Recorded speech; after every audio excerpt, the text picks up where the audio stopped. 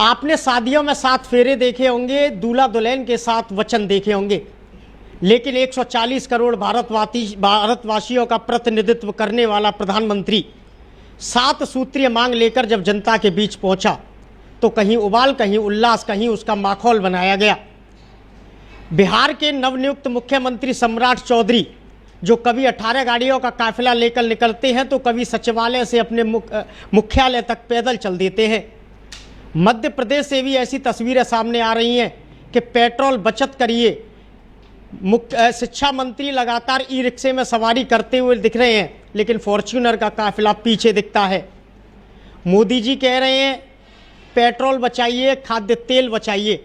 28 फरवरी को खाड़ी देशों का संकट भारत में पहुंचा और भारत इस समय वैश्विक संकट के आधार पर महंगाई से जूझ रहा है। बढ़ती महंगाई चिंतित करता देशवासियों का हाल माखौल बनाते नेता इस समय हमारे बीच में है। भाजपा के वरिष्ठ नेता ब्रजेश पाठक, उप मुख्यमंत्री उत्तर प्रदेश के काफ़ी करीबी माने जाने वाले सर्वेश पाठक जी आगरा पहुंचे हैं। विस्तार से चर्चा करते हैं कि नेता जिस तरह के से माननीय प्रधानमंत्री जी के पेट्रोल बचाने के अभियान का माहौल बना रहे हैं। महंगाई से जनता जूझ रही है। अखिलेश यादव कह रहे हैं कि मोदी जी आखिरकार साइकिल की सवारी पर आना पड़ेगा। अखिलेश पर क्या तंज है, भाजपा नेता सर्वेश पाठक जी से। पाठक जी, चैनल पर आपका स्वागत है, अभिनंदन है। आप ब्रजभूमि आए हैं। सबसे पहले तो ताज नगरी को लेकर शुरुआत करते हैं। आज ताज नगरी में खुशी दिखाई दी, चूँकि मध्य प्रदेश से जिसे मस्जिद कहा जाता था वो मंदिर निकल आया है। अब वहाँ माँ सरस्वती की आराधना होगी। क्या कहना है इस विषय को लेकर? देखिए, हमारे देश पे मुग़लों ने राज किया और जब मुग़लों ने राज किया तो उन्होंने हमारे जितने भी धर्म संस्थाएं थीं, जितने धर्म के हमारे केंद्र थे, जो भी हमारी आस्था का केंद्र मंदिर था, प्रमुख मंदिरों पे उन्होंने आक्रमण किया, आरे चलवाए, ऐसे बहुत सारी चीज़ें उन्होंने कृत्य किया जिसको वो अपना बनाने के चक्कर में मुग़लों ने ऐसा किया था। हमारे यहाँ उत्तर प्रदेश में अभी सन्यासी की सरकार है। यशस्वी मुख्यमंत्री योगी आदित्यनाथ जी के नेतृत्व में जिस प्रकार से हमें सनातन को आगे बढ़ाने का अवसर मिल रहा है, आज देश पूरा देख रहा है कि उत्तर प्रदेश कितनी आस्था की तरफ आगे बढ़ रहा है। अभी हाल ही में भगवान परशुराम की यहाँ पे यात्रा निकाली गई थी। जिस घर में हम लोग बैठे हैं यहाँ पे स्वयं भगवान परशुराम, हम कहेंगे हमारे दादा के रूप में, यहाँ पे डीसी पचौरी जी के रूप में रहते हैं। बहुत बड़ा एक समूह, बहुत बड़ा दल भगवान परशुराम की यात्रा में शामिल हुआ था। तो ये ऐसा देश है, ऐसा प्रदेश है जहाँ सनातन और संस्कृति को बढ़ावा दिया जाता है। और रही बात अखिलेश यादव की, देखिए अखिलेश यादव जी मखौल बनाने लायक नहीं रहे। परिवार और संस्कार, जिस परिवार और संस्कार ने उनको संस्कार सिखाया, जिस परिवार की बात करते थे, जो चीज़ें सनातन की संस्कृति को उनको कौन बताए कि तुम ये बताइए। मैं बहुत दुखद घटना हुई, अभी उनके भाई का निधन हुआ था, हम सब लोग उसमें शामिल हुए थे, अंतिम यात्रा में भी शामिल हुए थे। ऐसा पल आया कि परिवार में एक व्यक्ति मुखाग्नि देने के लिए तैयार ना हो, बहुत दुख हुआ। परिवार में जब भाई जाता है तो पिता अग्नि देता है, पिता यदि नहीं है तो चाचा अग्नि देता है, चाचा यदि नहीं है तो चचेरा भाई अग्नि देता है। आप तो दूर के भी नहीं थे, आपका भाई था।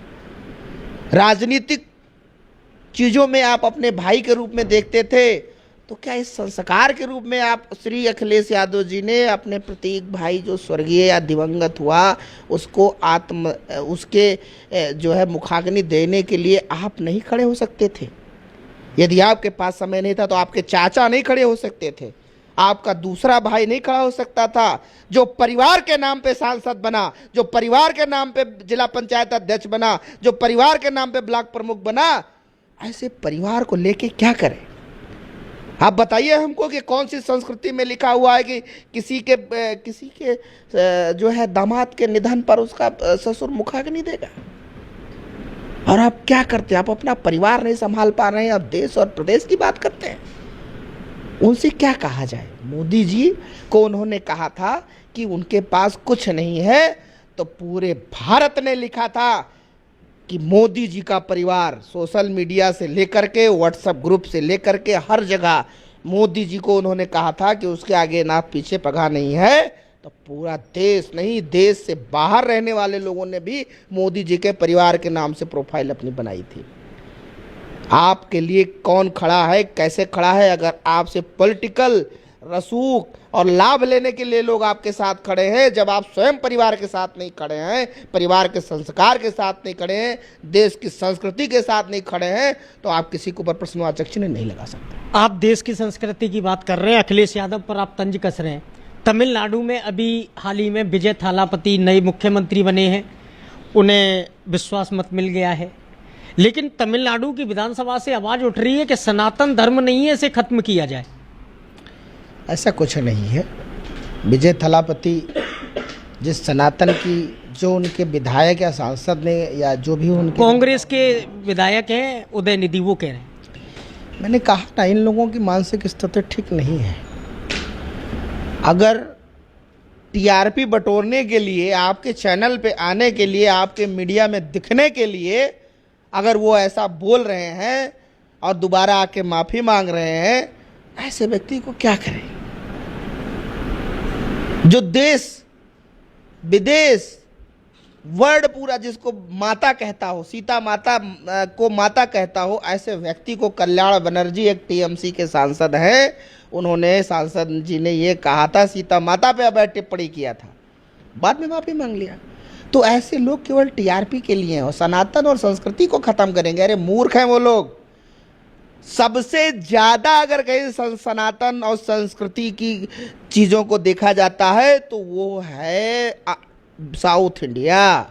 दक्षिण भारत में सबसे ज़्यादा हमारे देश की संस्कृति को बढ़ाने के लिए काम किया जाता है, और जिस पार्टी से वो आते हैं उसी पार्टी के मुखिया ने, महात्मा गांधी जी ने दक्षिणी भारत हिंदी प्रचार सभा यूनिवर्सिटी शुरू किया था कि तुम इस यूनिवर्सिटी में पढ़ करके संस्कृति सीखो।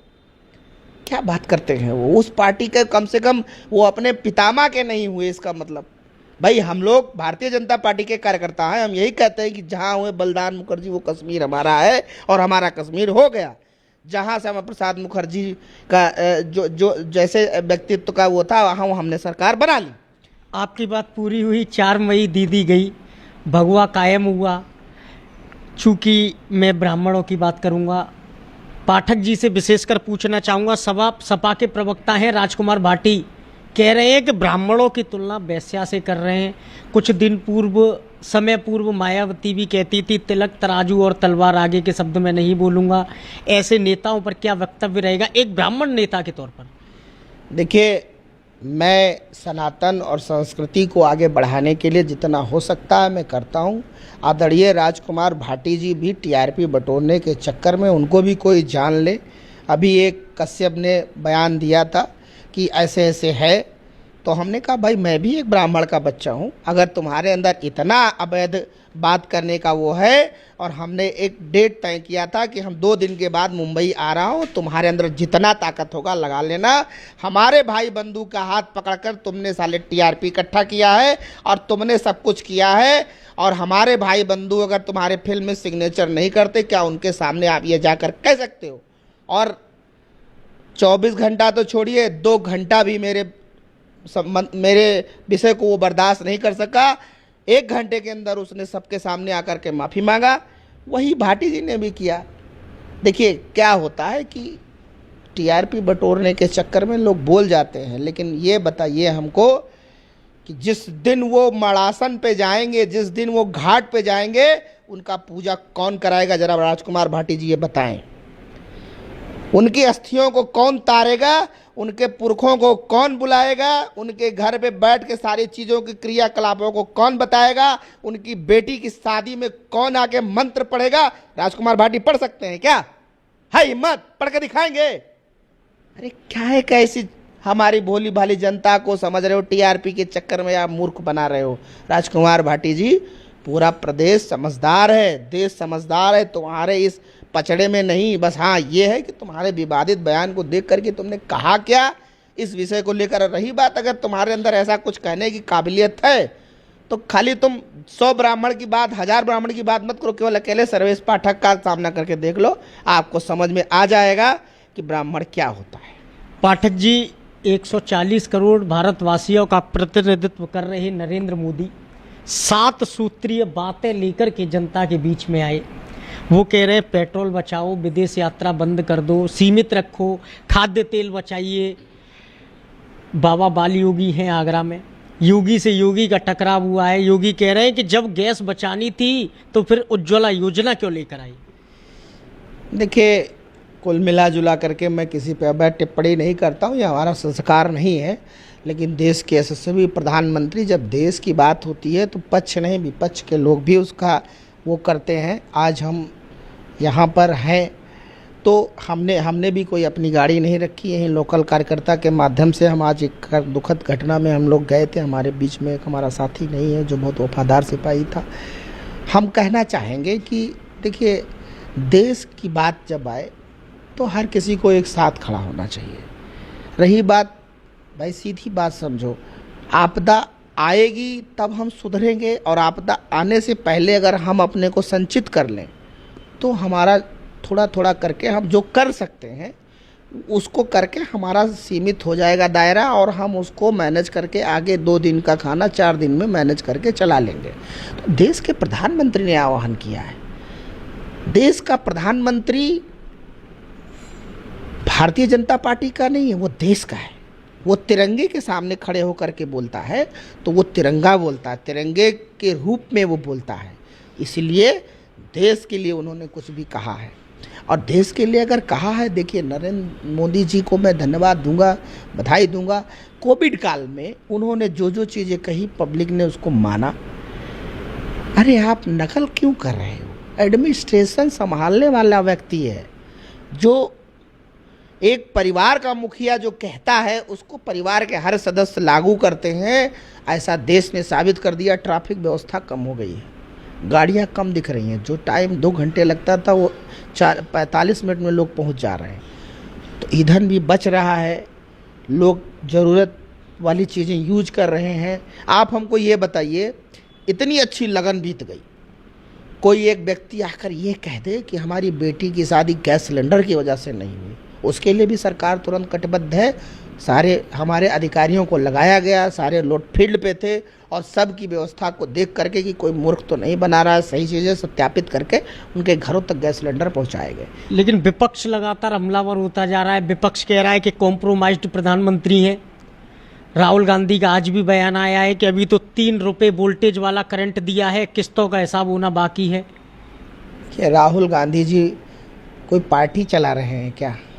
पारिवारिक पार्टी के सदस्य हैं वो भी, चाहे राहुल गांधी जी हों चाहे अखिलेश जी हों, ये लोग पारिवारिक पार्टी के सदस्य हैं। भारतीय जनता पार्टी द्रौपदी मुर्मू जैसे व्यक्ति को खोज के ला करके देश का प्रथम नागरिक बना देती है। यहाँ कार्यकर्ता ही अधिकार है, यहाँ कार्यकर्ता को आगे बैठाया जाता है। ये नहीं है कि फलाने का लड़का ही जो है राष्ट्रीय अध्यक्ष बनेगा। आप हमको बताओ, नितिन नवीन जी का नाम 1 साल पहले आपने सुना था क्या? बिल्कुल। आप बताइए हमको, आज पूरा विश्व जानने लगा है। तो ये भारतीय जनता पार्टी है। यहाँ कार्यकर्ता की कर्मठता को, कार्यशैली को, उसके कार्य करने की क्षमता को उठा करके उसको शीर्ष नेतृत्व के जिम्मे सौंपा जाता है और शीर्ष नेतृत्व की कुर्सी पर बैठाया जाता है। मेरा आखिरी सवाल, डूबती कांग्रेस को केरल का सहारा मिल गया, भगवा बंगाल में खिला, पांडुचेरी में आप दूसरी बार और असम में तीसरी बार राज करने में शामिल हुए। 22 राज्यों में भगवा है। उत्तर प्रदेश की क्या तैयारी है? अखिलेश लगातार कह रहे हैं कि जिस प्रकार पेट्रोल की कीमतें बढ़ रही हैं, साइकिल पर ही आना होगा। फिर मैं बता रहा हूँ आपको कि वह पहले अपना परिवार संभाल लें, पहले ये तय कर लें कि उनके चाचा कहाँ से लड़ेंगे, उनके जो 4 भाई और हैं जो संस्कार का पाठ पढ़ा रहे हैं वो कहाँ से लड़ेंगे। पहले सीटों का बंटवारा कर लें। कभी बहन जी के साथ बैठ करके अपनी जमानत बचाते हैं, तो कभी राहुल जी को मूर्ख बना करके अपनी जमानत बचाते हैं। इस बार किसके साथ सवार होने वाले हैं? अरे है दम तो अकेले दम पे लड़के दिखाएं। उनके पिताजी लड़ते थे, वो नेता थे, मैं भी सम्मान करता हूँ, ऐसा नहीं है, हमने भी नेताजी का बहुत सम्मान किया है। तो वो मतलब उनके कहने से होगा क्या? साइकिल उन्होंने कॉपीराइट करा रखा है क्या? उनका चुनाव चिन्ह जरूर है, लेकिन उन्होंने कॉपीराइट हेल्थ सही रखने के लिए साइकिल अगर कोई चला रहा है तो वो समाजवादी पार्टी का कार्यकर्ता नहीं हो गया है। ठीक है। रही बात देखो, बहुत बड़ी घटना घटी है, मैंने आपको बताया। पहले आप परिवार संभाल लीजिए, फिर आप प्रदेश की बात करिए। 27 का चुनाव योगी जी के नेतृत्व में लड़ा जाएगा।